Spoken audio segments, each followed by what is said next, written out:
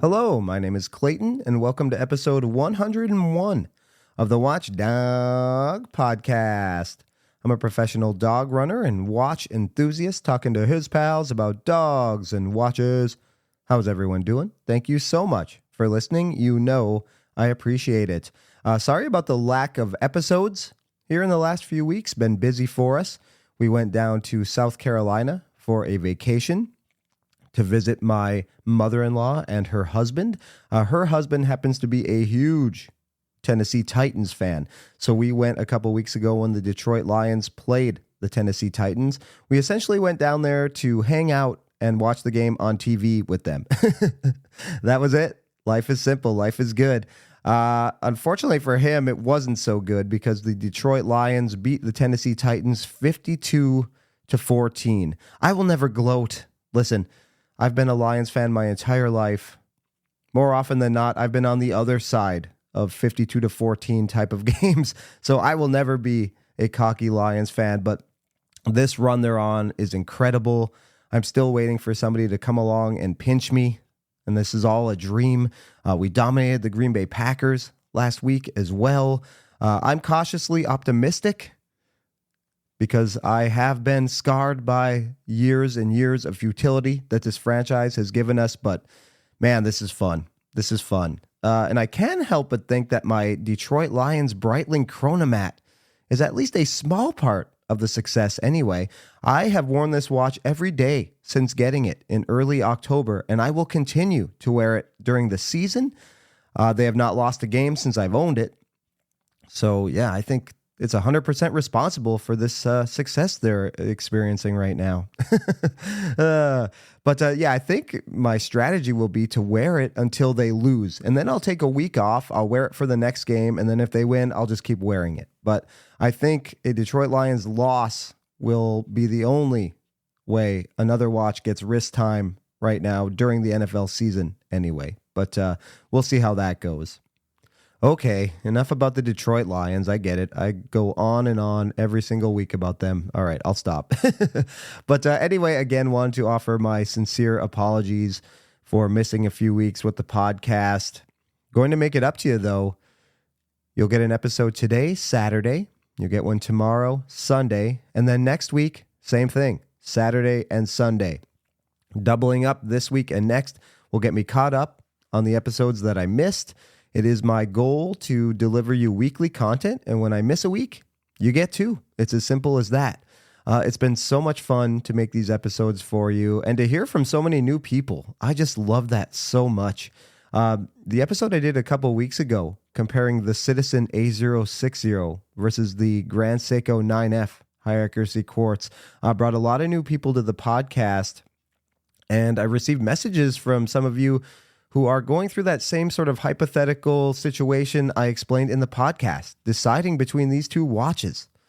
You know, the Citizen is maybe it makes more sense as a grab and go just because it's solar, it's a perpetual calendar, but you know, GS is more of a known quantity. So yeah, people are struggling between that. I'm not steering people in one direction or the other, but I have owned both, and I'm just offering, my experiences. You can't go wrong with either. But it's so awesome to hear from people, and we'll keep this podcast going and growing. That's my goal, and let's get started.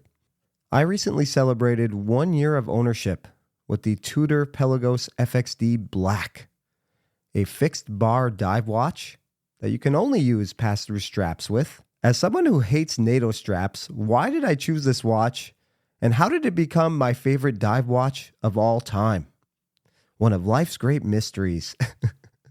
Well, last week's release of the Tudor Pelagos FXD GMT Marine Nationale, inspired by the aviation component of the French Navy, got me thinking I should do an episode about the FXD Black. I've talked about it a little bit, but it really is the most comfortable dive watch I've ever owned. Despite the fact that, yes, I hate NATO straps. They look cool, but I do not find them to be comfortable at all. I hate the fabric bulge. I like to wear them tight so the holes loosen up and I can gradually feel the strap getting more and more loose throughout the day. I fiddle with my watch when I'm wearing a NATO strap. I take it off and on a million times. I hate them. So yeah, I wanted to talk a little bit about the FXD, why I love it so much, and the straps that I wear it with that have made it the most comfortable dive watch I've ever owned. And I've owned a lot of them. 60 plus different dive watches, probably. Yeah, I have a problem. But yeah, so I thought I'd talk a little bit about that. And just want to get this out of the way, not sponsored at all. I bought this watch with my own money, and I've bought all of these straps with my own money. So this is completely unfiltered, unsponsored, honest content. You don't have to worry about that whatsoever. As soon as I got into watches 6 years ago, the Tudor Pelagos was on my radar. Kind of the ultimate badass tool dive watch, in my opinion. Matte colored dial, matte ceramic bezel, titanium, thick, chunky. Yeah, just all that goodness. But for whatever reason, I never bought one. I tried on the LHD. I tried on the blue. I tried on the black. And for whatever reason, other watches just were ahead of it in the pecking order. I guess I had to get the SMP out of my system, the Submariner out of my system, several different Seiko divers. They all had to be bought before the Pelagos for whatever reason. I always respected it, though. I always loved it. And then at the end of 2021, Tudor came out with the first FXD Pelagos, the Marine Nationale collaboration, the blue dial. And I was immediately intrigued, even though, as I said before, I don't really like NATO straps. The fact that it was a fixed bar dive watch made it interesting to me. And sometimes, even if it's not my jam, the thing that makes it unique is intriguing to me. And also, even though it wasn't a limited edition, it still kind of was, because they printed the year it was made on each case back. So that was November, I think, when they came out with those. So there was only like 2 months of MN21 on the case back. But yeah, the local Tudor AD around here just never got one. I remember going in there like a year after they were released, and they said they still hadn't seen one. And sure, they were available on the secondary market, but I figured, if I am taking a gamble and buying a fixed bar dive watch, especially when I don't like NATO straps at all, I should probably try it on in person first. I might be irresponsible. And God knows I've made many irresponsible watch choices, but trying to clear that up. So I thought, you know what? I will get to try one on someday in person, and then I will hopefully buy an FXD. Well, that time came last summer, I believe August of 23. I went to the Detroit area to visit family, and I have some watch friends there. So I took a couple hours and went watch shopping with these guys. And lo and behold, the authorized dealer had the blue FXD MN. There was like a light shining around it. They had a bunch of desirable models they had just gotten in. So I tried it on and immediately fit like a glove. I loved the way it wore on that Velcro hook and loop strap it ships on. My friends were like, get it, buy it. But something held me back, and it was the color.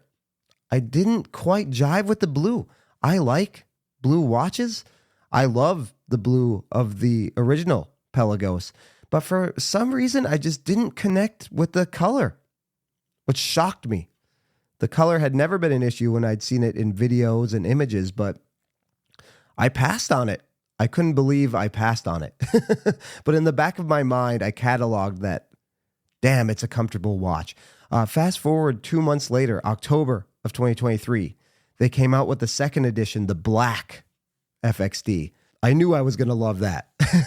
I didn't have to try that one on, and I already knew that it wore well, too. So I emailed my AD the morning it was released and said, I want one of these.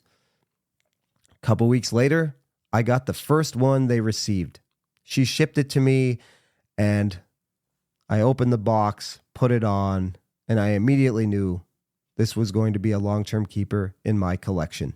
In anticipation of owning this watch and knowing that I am not a NATO strap fan, I started to do some research on other strap options. I joined a Pelagos FXD Facebook group specifically dedicated to the FXD, and I started to notice the straps they were wearing them on. Erica's Original, Mankey straps. Those are not my favorite. They gradually loosen up during the day too. I know I'm really weird and picky about that. I don't like that at all. And then my good buddy Hans Wilsdork, follow him on Instagram. He's awesome. He turned me on to the Abanon hook and loop type straps. They're a Velcro hook and loop strap. You can buy them on Amazon for very cheap. I think you can get 2 of them for $20. And I bought those and immediately I bought it like a green one and immediately threw it on the FXD. And as my good friend Chaz might say, sweatpants for the wrist. So comfortable. Oh my gosh. Probably the most comfortable strap I've ever worn. And just, the dimensions of the FXD are a little scary. I think people got scared off by that. 52 lug to lug. But the way they curve down and the fact that they're fixed, they're kind of hidden by the strap. So I don't know. It hugs my wrist. I have a slightly under 7-inch wrist, and I just find it to be so incredibly comfortable. The size is a non-starter for me. I think even smaller wrists can handle that watch, no problem. If you want to be a little more bougie, Garmin makes a hook and loop strap as well, the Ultra Fit. I don't notice that much of a step up in quality, to be quite honest. And they're $40. You can buy 4 of these Abanon straps for the price of 1 Garmin Ultra Fit. I of course bought all of them because I'm crazy. But yeah, if you're looking for good value and honestly really good quality straps, the Abanon are sweet. Right now you can buy them for about $20 for a 2-pack, which I think is great value. And they're honestly a little more like cushiony and comfortable than the Garmin, in my opinion. But if brand name means something to you, and let's be honest, it means something to all of us, depending on the product, then you can go for Garmin as well. I'll put links to all of these straps I talk about in the show notes. I have a gray Ultra Fit, which I think looks really good with the black FXD. I have black and green Abanon hook and loop straps. With a black matte dial dive watch, it's pretty versatile strap wise, so you can go almost any color. I love that about this watch. I just also over the blue, I like that it's more versatile. That blue, I don't know. Again, it just did not jive with me, but this black, it's just the best. The other straps I primarily use with the FXD, the Octopod buckle system from Zulu Diver essentially turns your nylon strap into a bracelet with the clasp. I'm all for that. I am a person who finds bracelets much more comfortable than NATO straps. I know some people think that's crazy. My good buddy Kentucky Man loves NATO straps exclusively. Can't understand why anybody would ever wear a watch on a bracelet. Not only a dive watch, any watch. He just doesn't get it. Finds them clunky and uncomfortable and horrible. I, on the other hand, quite like a good bracelet. But yeah, the Octopod buckle system essentially turns your strap into a bracelet with a traditional bracelet style clasp. I have a friend who took the gamble first. He actually turned me on to the Octopod buckle system. He bought one for a watch and really liked it. He bought the second version. One of the major complaints about them is that they are quite long, but now they have the Mach 3, which I also have. So I have the Mach 2 for the FXD, and then I bought the Mach 3 in a 20 millimeter for some of my other watches that I own.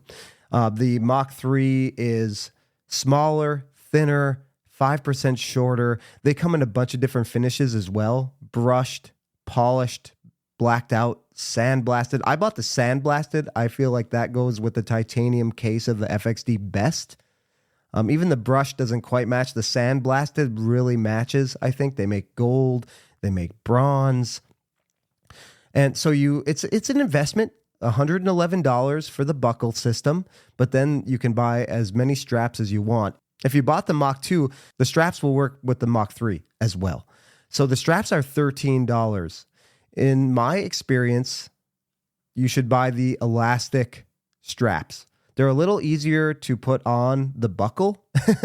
Getting the straps on and off is not the easiest. Once you get used to it, once you get comfortable with the process, it's not so bad. The first instructional video they had on YouTube, and that's what happens. There's no instruction manual really. They give you a QR code and that takes you right to the YouTube video. And that first instructional YouTube video was not clear in the least. I was like, what? I had to pause it, stop it, rewind it a million times before I finally figured out how to put the darn strap on the clasp. They have come a long way with the instructional videos. And once you get the hang of it, I don't even need the video anymore to put the strap on. But I find the elastic straps with a little more stretch are much easier to work with on the clasp than the non-stretchy versions. And also just a little more comfort when you're wearing them. Also, if you need to adjust it a little bit, you can just kind of give it a pull. And the elastic nature of those straps just makes it work a little bit better on the wrist, I find anyway. But it's a great alternative to a regular NATO strap or even the Erica's Original, Marine Nationale, Nick Mankey type strap. It has that feel, it has that look, but it has the clasp and it just makes it fit so much better on my wrist personally. Like I said, not inexpensive, and there's nowhere that you can go and try this on before buying it, right? So you have to kind of take the gamble. It's an expensive gamble to take. $100+ for a clasp. You shouldn't have to pay any VAT. They are a British company. Ships from WatchGecko, which is overseas, but I never had to pay any VAT. And it came really quickly within a week, all the straps I've ordered. They have many different color variation straps as well. So you can, if you have the FXD blue, no problem. If you have this new FXD GMT, no problem. There are straps that will match that. I know it has the faux patina, which people don't really love. I just look at it as a different color loom, as I talked about with Sanjay on the last episode, talking about the first Omega in space that just came out. I actually think it looks kind of nice, like a latte espresso colored loom. But yep, some people don't like that. But yeah, there's many different strap variations, different strap materials. There's a ribbed one that's not stretchy. I think it's called Apex that's not stretchy. And then there's the elastic straps. I highly recommend those. I have several and I switch them up with the FXD. So one of the complaints I've heard about in coverage of the FXD GMT this week is that it's not a very versatile watch. There's no bracelet option. The fixed bars of the FXD limit you to single pass and NATO straps only. Well, that's just not true. It really isn't. You can have fun with straps. You're not going to be able to put a bracelet on it, but you can, as I illustrated here, put hook and loop Velcro straps, the Perlon. I mean, NATO straps aren't the only option here. And of course, this Octopod system, which I think is just a great alternative when looking at NATO straps. So outside of the strap component of the FXD, what do I love about it? The loom is unreal. I remember I went to the movies earlier this year on a really sunny day and I wore the FXD. I mean, I had to cover my watch with my hand. The loom was so insane in the dark movie theater. The bezel is loomed. The bezel action. You know me. I love good bezel action. Sometimes on titanium dive watches, it's not so great. It did take a couple days for it to break in. When I got it, it was a little rough, and I was like, ooh, this doesn't feel good. As soon as I broke it in, I incessantly turn my dive bezels. I have a bit of a problem. As soon as I did that for a couple days, it just broke in, and it's right up there with the Submariner as some of the best bezel action I've ever experienced on a dive watch. That is so important to me. I've always found Tudor watches to be super accurate. It's kind of like a high accuracy quartz watch. It's more accurate than my Air King, which is crazy. So this watch has killed all other dive watches for me. I had the SJE 09362 Moss reimagining, reinterpretation, reissue, whatever you want to call it, from Seiko. I did an episode talking about how awesome that watch was. That watch was quickly forgotten about when I got the FXD. After about a month of wearing the FXD, I put the SJE 093 on, And I immediately knew I was going to sell it. I was like, why would I ever choose this watch over the FXD? It's just not comfortable. That 62 Moss case design never really wore all that well on my wrist. I had the SLA 043. That was a taller, chunkier watch. It didn't fit well. Loved the way it looked. Beautiful watch. Everything about it is so premium and so good, but it just never quite wore all that well. The SJE 093 has the thinner movement and smaller dimensions, so that wore even better, but a much bigger Tudor Pelagos FXD just destroyed it in wrist comfort on my wrist. So I don't know. I've not really bought any other dive watches since owning this. They wouldn't fit in my collection anymore. I guess I'm a one dive watch guy now. Obviously, I have the Shinola and the Seiko Samurai that I wear for work. Those will always be in my collection for sentimental reasons, but I don't know. I don't think I'm going to add another luxury dive watch. There's no point. I will always come back to the FXD over that once the honeymoon wears off. I just know it. I know that about myself. And it's just a recipe for selling other watches. Would I ever add any of the other FXD models they've come out with? The Alinghi models, the chronograph, the cycling version, or this GMT? I don't think so. It would be kind of fun to collect them all. I know people that do. Well, I'm in Facebook groups with people who have all of the FXD variations. I'm not a collector type enough to do that, I don't think. But if you really like this new FXD GMT that just came out last week, but the limited nature of fixed bars is holding you back, I highly recommend you to go and try it on. Don't buy it blindly. But if you can try on an FXD at a local authorized dealer near you, I recommend it. I think you'll fall in love with it. I think you'll be surprised at how well it wears despite the dimensions. And especially if you can try out these hook and loop straps from a Bannon or Garmin or this Octopod buckle system, I think you'll fall in love with the watch and you'll embrace the unique nature of having fixed bars on a diver. All right, well, a little bit shorter this week, but I just wanted to get my thoughts out. Ode to the FXD, my favorite dive watch of all time. I think will be in my collection for many, many years to come. And I'll wear it when the Lions aren't playing because I have a feeling this Breitling Lions chronograph is going to dominate my wrist during the NFL season. But during the off season, I think I'm an FXD guy. All right. How do you feel about the FXD? Do you own one? Are you afraid to try one because of the fixed bars? Let me know. Send me a text message. Shoot me a message on Instagram. This podcast is released as a video on YouTube. Leave a comment there. Leave a 5-star review if you're so inclined. Really helps the podcast grow. Thanks again for listening. I appreciate it so very much. We'll talk to you on the next episode of the Watchdog Podcast. See you later.